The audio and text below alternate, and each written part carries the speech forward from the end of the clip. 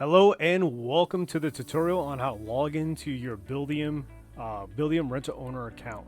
My name is Michael Cordero, property manager and broker for Ember Realty.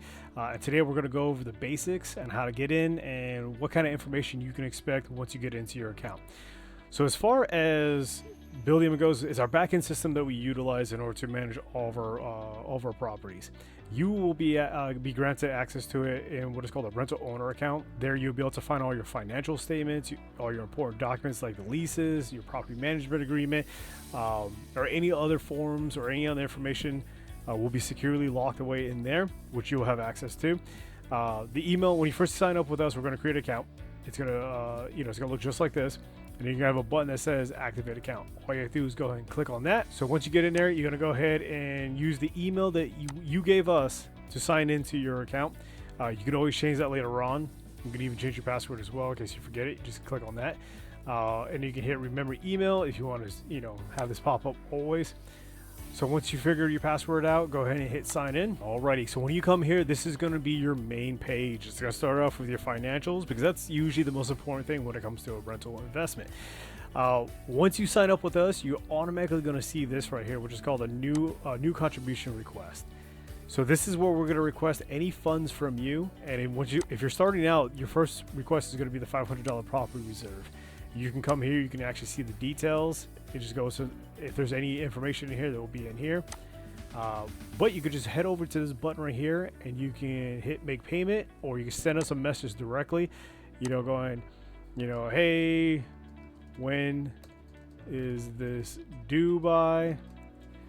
And then you can update the request, and then it's going to pop up here and we'll be able to see that that request or that message. But if you go ahead and click payment, it's going to take you to this screen here. So you have the amount. There is a convenience fee of $1.50. That's something that we don't charge. That's being charged by the processor that we're using.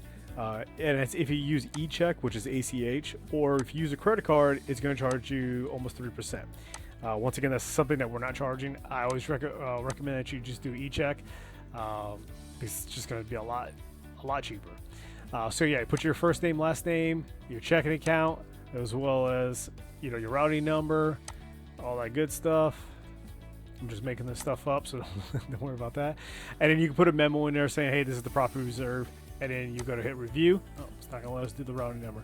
But once you get here, it's gonna take you to another screen that's gonna say, hey, is all this information correct? And then it's gonna ask you if it's correct. Go ahead and hit enter, and it'll submit the payment, and then the charge will go to our accounts. Usually takes about 1 or 2 days to get to us.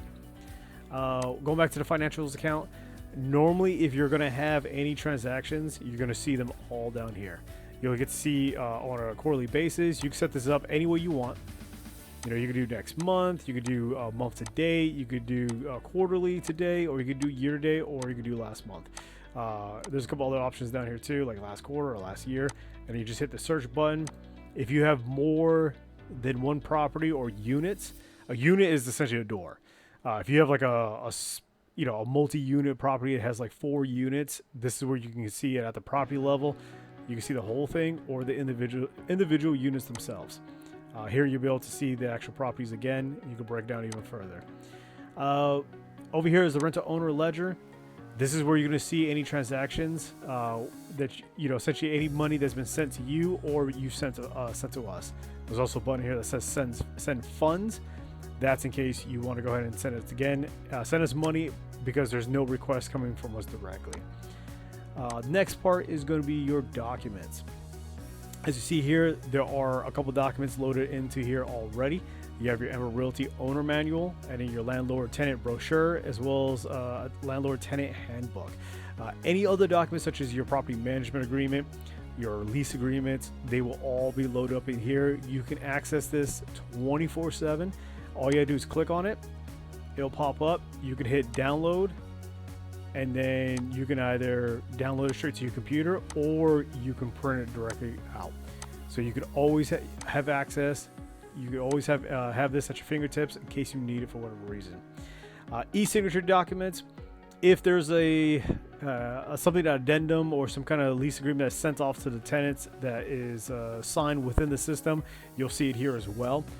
Any request from us or from you will be kind of added here. So you can see new, completed, deferred, and closed. All that will be accessible to you at any time. And then reports. Reports are going to be the most important thing at the end of the day, because here you can go into your cash flow statement, your owner ending balances, which is going to show deposits, your rental owner statement. Honestly, this is going to be the most important one out of all the reports, because this is what's going to show you. You can go year to date. Of course, there's not going to be anything in this one because it's just a dummy account.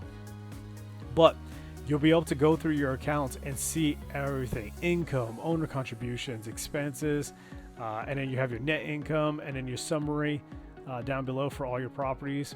And this is going to be breaking down by owner. So this right now, if you have two people who own a home and you guys are splitting it 50-50, this is the way it's going to look. It's going to break it down per person.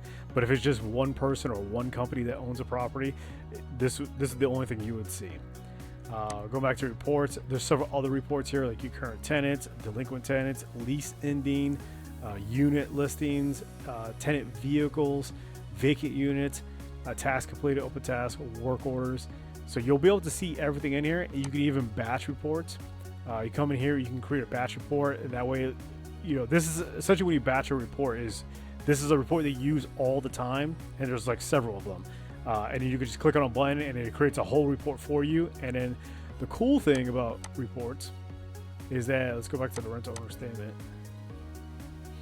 Let's go ahead and run it. Here you have the options to go ahead and print. You can email it, so you can email it directly to yourself in a PDF, Excel, or a CSV file in case you want to upload it somewhere else. You can even just download it, so you can come over here and go, I just want a PDF. Let's see what this looks like. You can do landscape or portrait, and there you go. So you can have your documents this way, and you can also send this off to your CPAs or your accountants in order to help you do your taxes at the end of the year. But other than that, that's pretty much it. The rental owner's account is pretty self-explanatory, pretty easy to navigate through.